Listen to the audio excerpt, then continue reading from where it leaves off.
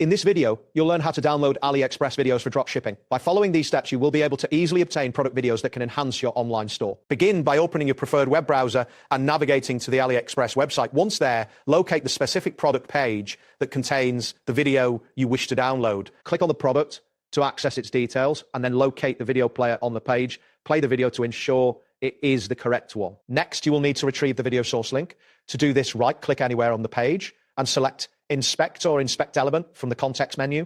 This action will open the Developer Tools panel, typically on the right or bottom of your browser. Look for the Elements tab, which displays the HTML structure of the page. Once the Developer Tools are open, use the search function by pressing Ctrl and F simultaneously. Type in quote.mpp4 quotes to quickly locate the video source link within the code. When you find the link, it will typically be highlighted in the HTML. Right-click on this link and select Copy Link Address to save it to your clipboard. After obtaining the video source link, the next step is to download the video. Open a video downloader tool or website that allows you to paste video links. Click on the designated area to enter the link and paste the URL you copied earlier. Depending on the downloader you are using, you may need to select a format or quality for the video. Ensure that your device has sufficient storage space to accommodate the video file before proceeding. Once you have pasted the link and selected the desired options, click on the download button. The tool will begin processing your request and a loading indicator may appear. After a few moments, the video file will be ready for download. Confirm that the download has completed successfully and check your device's download folder to verify that the video is saved. That wraps up today's guide. Thanks for watching and